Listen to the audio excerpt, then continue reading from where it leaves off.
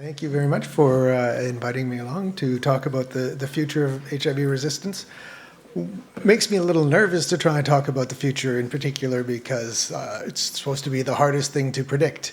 I've got a better feeling about some political things than about actually what's going to happen for the future of HIV research. So, for example, we know that the UK is trying to get a little further from Europe, and in Canada, we're really trying to get far away from the American political systems right now. So I think we're going to find that there's a switch coming along, a gentle movement to the right for Canada, which will unfortunately crush Ireland. Sorry about that, but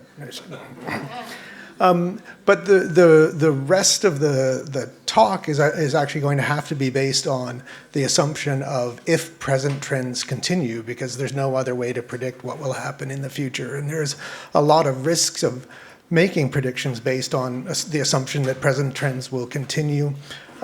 In 1995, the fastest growing profession in the world was Elvis Presley imitator after he died in 1997. So with the estimates that if present trends continued, 1 out of 7 people on Earth would be imitating Elvis for a living by 2018, and that's probably an overestimate. So with those caveats, I'll just give a quick summary of the results we've seen in British Columbia in our center, where we've been following the development of resistance in patients over time. And like everywhere, there's been this dramatic decline in the prevalence of resistance to 1 class, 2 classes, or 3 classes. Resistance to any drug, even the lowest genetic barrier drugs. Virtually nobody these days, even after 5 years of treatment, is picking up resistance, even to 3TC, even to the NNRTI. So things are looking really, really good. And that does limit, to a certain extent, what can be said about the future of resistance. Right now, it's not much of a clinical problem. In terms of how it's affecting PrEP directly, well, because not very many people have high levels of circulating resistant virus, probably most cases of PrEP, one is going to be okay, unless you happen to be unlucky and run into somebody who has a lot of virus. Then in that case, probably we've seen overall a handful of cases, individual case studies where people have been infected with resistant virus while on PrEP, but in the main, it's something that's not currently much of a clinical problem. That's right now, so things are great. But what's coming in the future? And that's where I'm trying to really try and tease out some information that isn't as obvious. And the first thing that I want to mention is that in our hands, in the old days, in the double therapy days, virtually everybody who took the drugs became resistant to the drugs. That was how you could tell they were taking the drugs. If you weren't taking the drugs, you wouldn't get resistance. In the middle heart era, say 2001, 2005, the most likely folks to pick up resistance were those who were taking most of the drugs, doing a pretty good job, but not doing it perfectly. That was your highest risk. In our latest cohort, though, things are much different. There's a much higher risk of picking up resistance in the non-adherent category. So things have completely shifted to the left in terms of the type of people who are picking up resistance. These are the guys who are actually going to disappear and not re-show up for medical care later. These are the guys who are the ones who are harboring resistance, who are going to be harder to find than the reliable folks who come to the clinic every day. So I think there's going to be a lot of changes in what we're going to have to do to manage and monitor these people, because the population who's getting resistant, well, there's still those who start with low CD4 count, high viral load, but now they're the non-adherent people. So the implications of these things so far, well, we've got low overall risk of picking up resistance, but those patients who pick it up are the least likely to show up again. This is going to lead to a picture where physicians and funders and pharma really won't consider resistance a priority issue for routine medical care. It's probably the case right now, but I don't know that we can say that that's likely to continue forever. And the other interesting thing about the low levels of resistance that we're seeing is it's actually becoming harder and harder to actually get samples and data from that small minority of people where resistance has actually occurred. So we definitely need to do more collaborative studies because nobody these days will have enough information to really give a representative picture of what is going on with resistance. Excuse me. The other thing, so up till now, I've only been talking about acquired resistance after you've started therapy. What's happened in British Columbia, at least, is that in around 2009, times have changed, and if you've got any drug resistance, it's probably because you came in with pre-existing drug resistance. Now, I know in Europe, the levels of pre-existing transmitted resistance have remained fairly low, but at least in parts of North America, the NNRTI resistance levels have been creeping up and up and up, and it's something to be concerned about in the West. Certainly something to be concerned about in Southern Africa, Western Africa, where each of these dots is a single study showing the prevalence of transmitted, showing the prevalence of transmitted resistance. With really some huge increases over time. And what this implies is, well, there's a lot of trouble with transmitted resistance to the NNRTI class in specific places around the world. This is going to have an impact if you want to come up with a PrEP that's based on rilpivirine. Again, in our hands, we found that even these overall population studies, which show that maybe 20% of the population has pre-existing resistance, doesn't reflect the reality that, in fact, there can be clusters. We have individual cities in our country where the prevalence of transmitted resistance to NNRTIs and an NRTI in this case is 80%. So, that's a bigger difference. So, although overall in the future there may be very low levels of issues with resistance, there might be little hotspots where there's a heck of a lot of resistance, and the overall numbers don't really give you an accurate picture of what's going on. A lot of this transmitted resistance we've been talking about has also occurred with just the transmission of one mutation, say a K103 or something like that. Again, that's not always the case in the future. We might be seeing more and more cases like the one we're seeing in Ontario, where we've seen a cluster of 50 people who've got infected with a virus that actually has 6 major PI resistance mutations.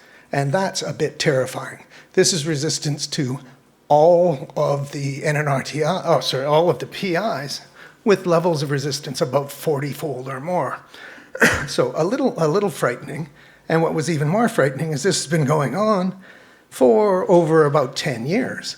There's been 1 or 2 cases a year, so nobody kind of noticed it until some actually observant physicians did around the time of 2012, when there was a large uptick in the transmission of this virus. So if you imagine that our friends with the highly PI-resistant virus meet up with the highly NNRTI-resistant virus, the future might suddenly stop looking as bright as it currently does. So the implications of transmitted resistance, I think, is that for eradicating the virus, which I moved to 2039 for some reason, it was a typo, the NNRTIs are dead, and they're certainly probably wounded for the future for the use of PrEP. We can use these transmission cluster analyses to use the sequence data to follow the transmission of virus, and I think we need to do this because what will be happening is we're going to see local bursts where we see the loss of individual drug classes going on, and that will sort of blob together and spread around the world, presumably. In terms of the future of testing for resistance, I think that the methodologies will change over time. In particular, sequencing for resistance in the next few years is going to become much, much easier. And phenotyping to understand what the sequence data means will remain hard, but something that's essential to do. So for example, The thing that I'm putting all my eggs in is the concept of nanopore sequencing, where essentially DNA runs through a membrane through a little tiny pore, and on a real-time basis, the signal of what that DNA sequence going through the pore can be read, and this is being developed by a bunch of companies, but one of them now has a $5,000 handheld DNA sequencer and computer that you can walk around with, and within about 5 years, I'm betting there's going to be a sampling and PCR step that's automated as well, so we're going to be doing real-time point-of-care sequence analysis routinely. So this will be fun, I think. What's going to be harder is making a lot of sense out of the data. To make sense out of the data, we need to have an understanding of what these sequences mean.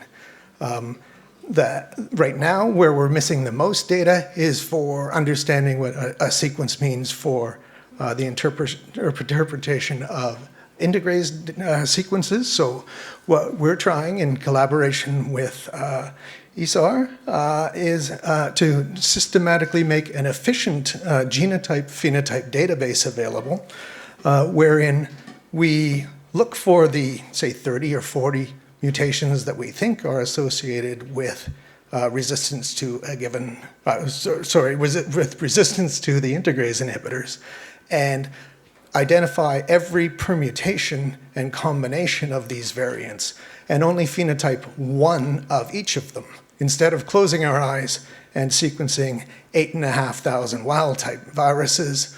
We're going to deliberately find people who've got a sequence we haven't previously identified, phenotype that, and see what it means.